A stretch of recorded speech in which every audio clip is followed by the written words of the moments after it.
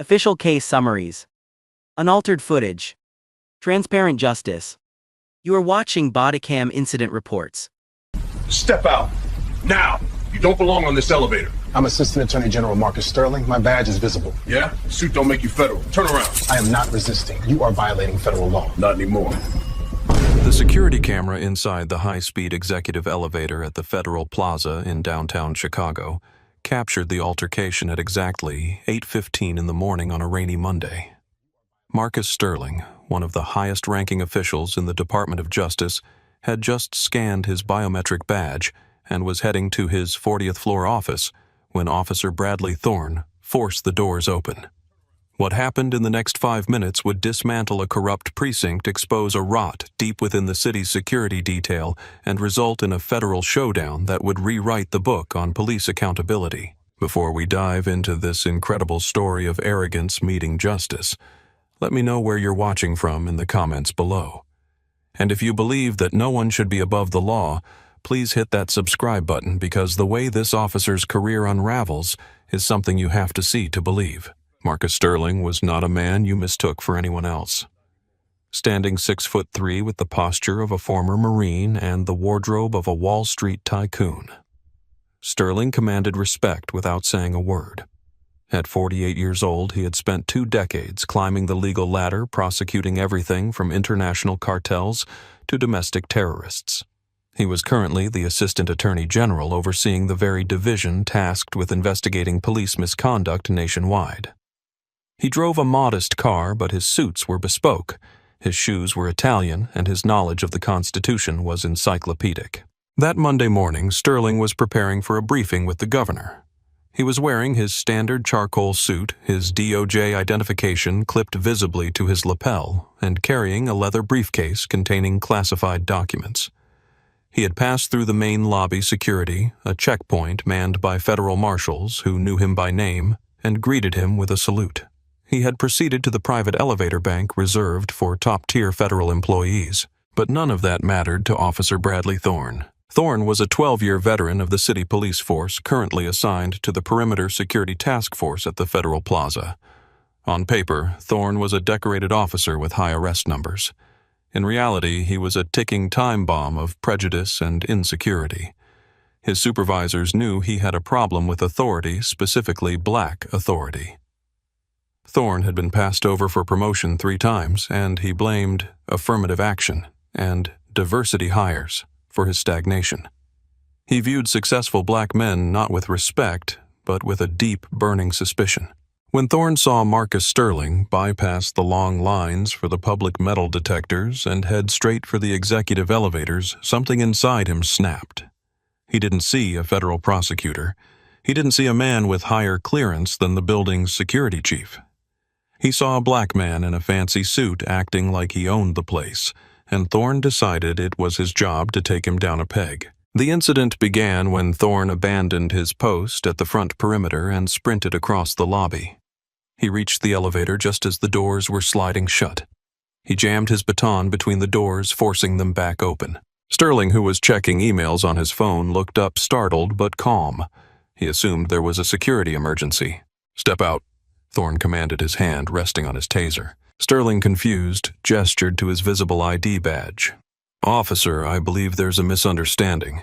I work on the 40th floor. I'm late for a briefing." "I said step out.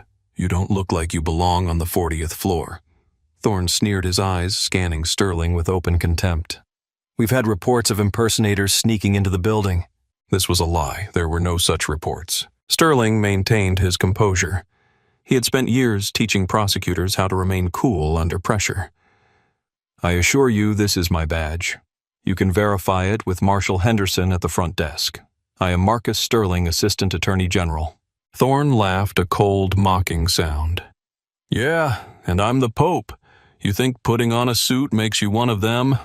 Get out of the elevator before I drag you out." Sterling realized this wasn't a security check. It was a power play.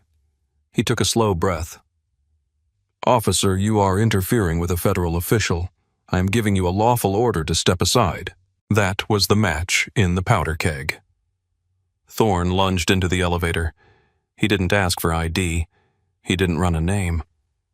He grabbed Sterling by the lapels of his $3,000 suit and shoved him violently against the mirrored wall of the elevator. Sterling didn't fight back. He knew that any physical resistance, no matter how justified, would be used to paint him as the aggressor. Instead, he raised his hands to shoulder-height, palms open. "I am not resisting," he stated clearly, his voice steady for the recording he knew the elevator camera was capturing. "I am complying. You are making a grave error." "Shut your mouth!" Thorne screamed, spinning Sterling around and kicking his legs apart. He wrenched Sterling's arms behind his back with force that made Sterling's shoulder pop audible on the recording. As Thorne slapped the cuffs on, he leaned into Sterling's ear. "You think you're special. You're just another thug in a costume. I decide who goes up and you're going down. Quick question for you watching. Have you ever been judged or harassed at your workplace based on how you look? Type yes in the comments if you have." Thorne didn't just arrest Sterling. He paraded him. He dragged the Assistant Attorney General of the United States through the busy lobby of the Federal Plaza during the morning rush. Hundreds of employees, lawyers, clerks, judges stopped and stared. Thorne held Sterling by the back of the neck, pushing his head down, forcing him to walk hunched over like a common criminal caught in a drug bust. "Move it!" Thorne shouted for the benefit of the onlookers. "Got another one trying to sneak in." Sterling remained silent, his eyes fixed forward. He was cataloging every second of this encounter. The tightness of the cuffs, the unnecessary force on his neck, the defamatory words shouted to the crowd. He wasn't just a victim in that moment. He was a prosecutor building a case in real time. Thorne didn't take Sterling to the federal marshal's holding area, which was protocol. He wanted to humiliate him further. He radioed for a patrol car to take Sterling to the local city precinct for booking on trespassing and resisting arrest. This was Thorne's second fatal mistake. By removing a high-ranking federal official from federal jurisdiction and transporting him to a city jail, Thorne had just committed kidnapping under federal law. The ride to the precinct was a masterclass in arrogance. Thorne sat in the front seat joking with his partner about cleaning up the trash. Sterling sat in the back, silent, memorizing the badge numbers of every officer involved. When they arrived at the precinct, Thorne shoved Sterling toward the intake desk. The precinct was busy, loud, and chaotic. The desk sergeant, an old-timer named Sergeant Kowalski, looked up from his paperwork. He saw Thorne pushing a tall, impeccably dressed black man toward the cage. "What do we have here, Thorne?" Kowalski asked, eyeing the quality of Sterling's suit. "Trespassing at Federal Plaza, impersonating a federal employee, resisting arrest," Thorne recited, tossing Sterling's wallet and DOJ badge onto the counter with a clatter. "Claims he's some big-shot lawyer." Kowalski picked up the badge.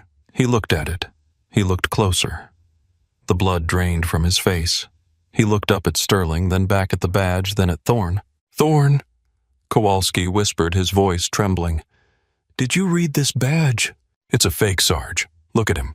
Does he look like an assistant attorney general to you?" Kowalski didn't answer.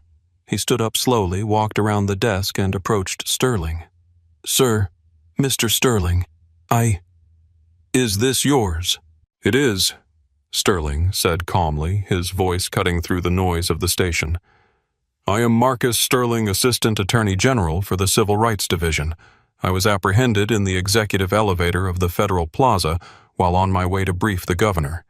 This officer refused to verify my credentials, assaulted me, kidnapped me from federal property, and has held me here against my will." The silence that fell over the precinct was absolute. Every typewriter stopped. Every conversation ended. Even the criminals in the holding cell went quiet. Thorne rolled his eyes. "Sarge, don't fall for it. He's a con artist." "Thorne, shut the hell up!" Kowalski roared, panic seizing his chest. He turned to Sterling. "Sir, I'm so sorry. Uncuff him now." Thorne looked confused. "Sarge, you can't be serious." "I said uncuff him before I shoot you myself," Kowalski screamed. Thorne reluctantly unlocked the cuffs. Sterling rubbed his wrists where the metal had cut into the skin. He didn't yell. He didn't swear. He simply reached into his jacket pocket, retrieved his phone, which Thorne hadn't bothered to confiscate, and made one call. "This is Sterling. Get the FBI director on the line. Yes, it's a code red. I'm at the 4th precinct. Send the team." He hung up and looked at Thorne. "Officer, you have the right to remain silent. I suggest you start using it." Within 20 minutes, the precinct looked like a war zone. Black SUVs surrounded the building. Federal agents in tactical gear secured the perimeter. The FBI special agent in charge stormed into the lobby, flanked by 4 attorneys from the DOJ. When the police chief arrived, he looked like he was about to have a heart attack. He found Sterling sitting in the captain's office sipping water while Thorne was sitting in an interrogation room still looking defiant. The chief tried to apologize. "Mr. Sterling, this is a terrible misunderstanding. Officer Thorne is zealous. We can handle this internally.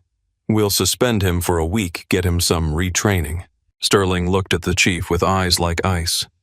"Chief, this wasn't a misunderstanding. This was a hate crime committed under the color of law. And if you think a week's suspension is going to fix this, you should prepare your own defense attorney. I'm not just coming for Thorne. I'm coming for the culture that allowed him to exist." Sterling was released, but he didn't go back to work. He went to the hospital to document his injuries, a sprained shoulder, bruising on his neck, and lacerations on his wrists. Then he went to war. Because of his conflict of interest, Sterling recused himself from the criminal prosecution.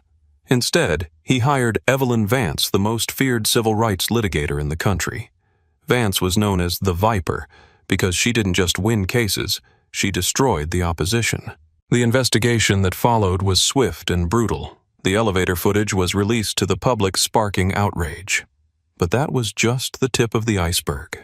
Vance and her team, working in parallel with the FBI, subpoenaed Thorne's phone, his emails, and his disciplinary history. What they found was a digital graveyard of racism. Thorne was part of a private group chat with 6 other officers called the Gatekeepers.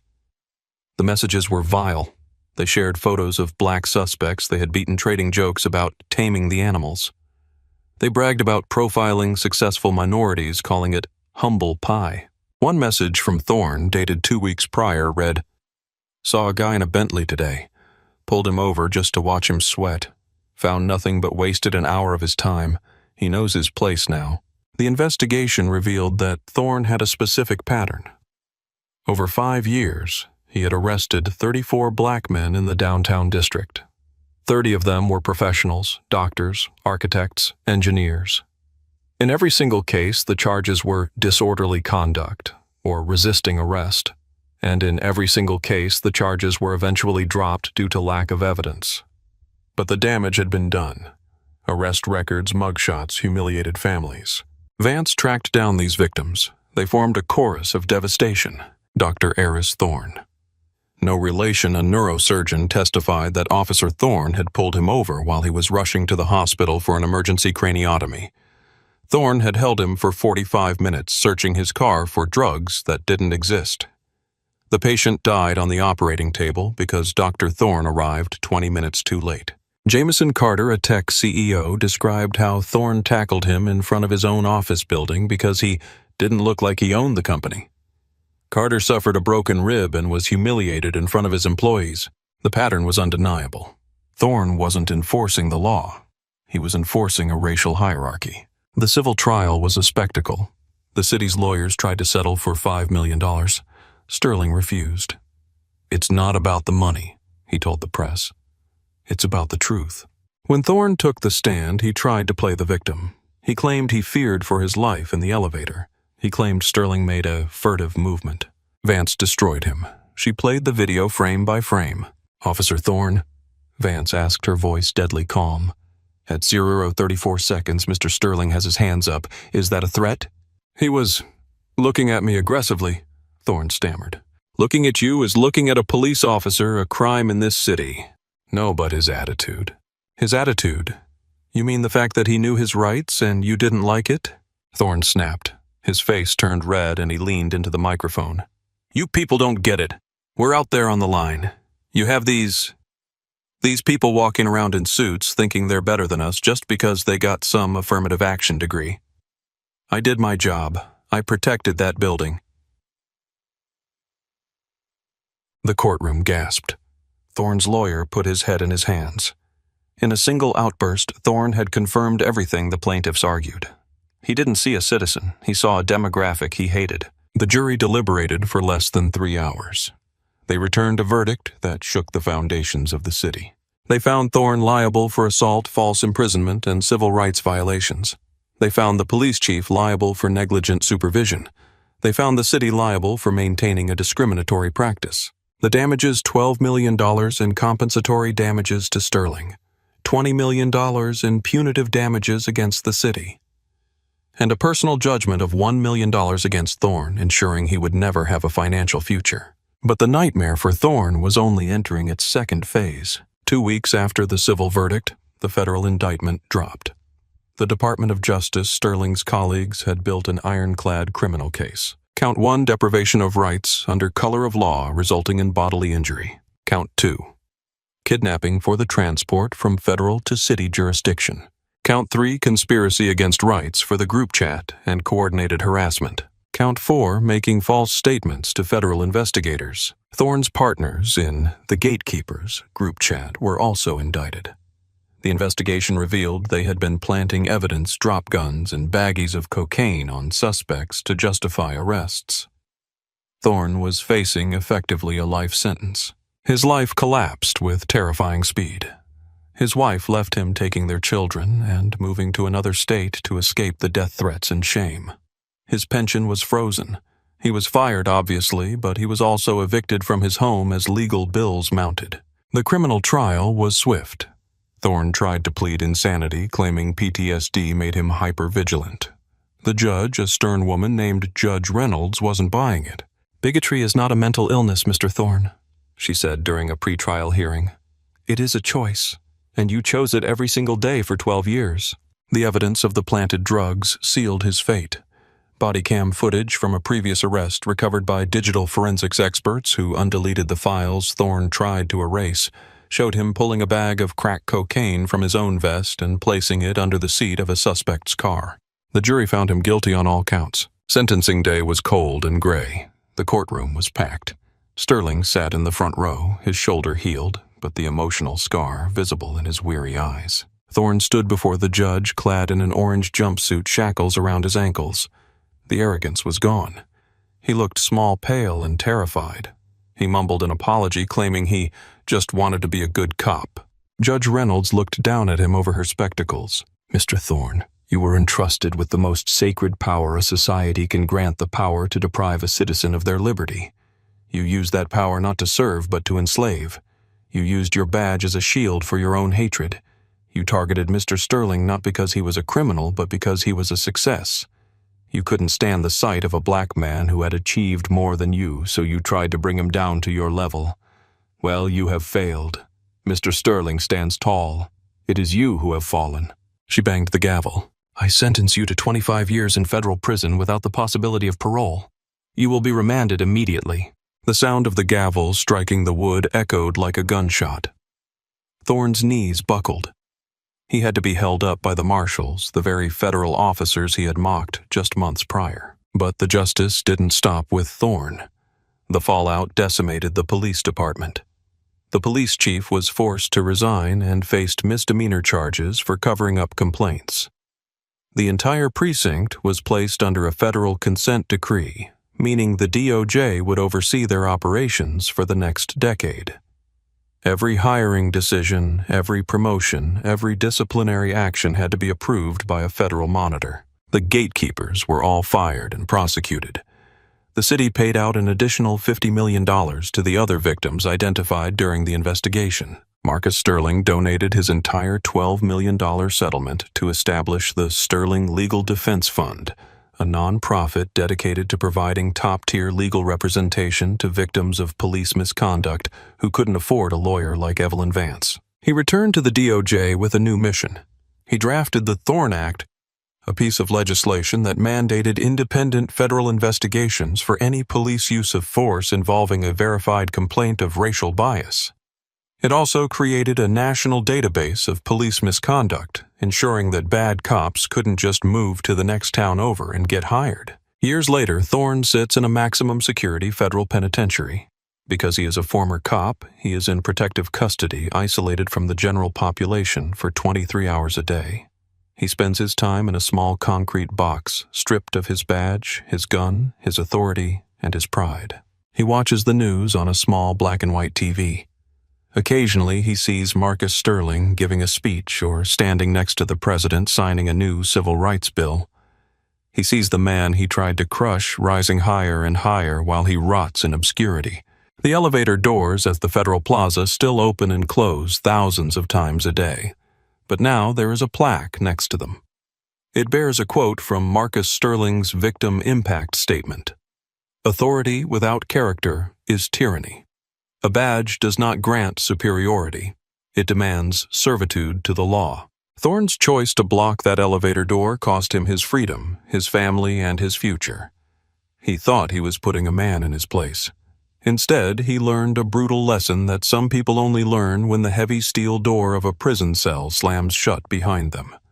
Prejudice is a prison of its own making, but justice holds the key. The incident in the elevator was just 5 minutes of time, but it exposed a lifetime of corruption. It proved that in the end, the content of your character matters far more than the color of your skin or the uniform you wear. And as for Officer Thorne, he learned the hardest truth of all. When you wage war against the truth, you will always be the one who ends up in chains. The story was tragic, but the justice served was absolute. Report officially finalized. To ensure you see future transparent records, please like and subscribe. Thanks for watching Bodycam Incident Reports.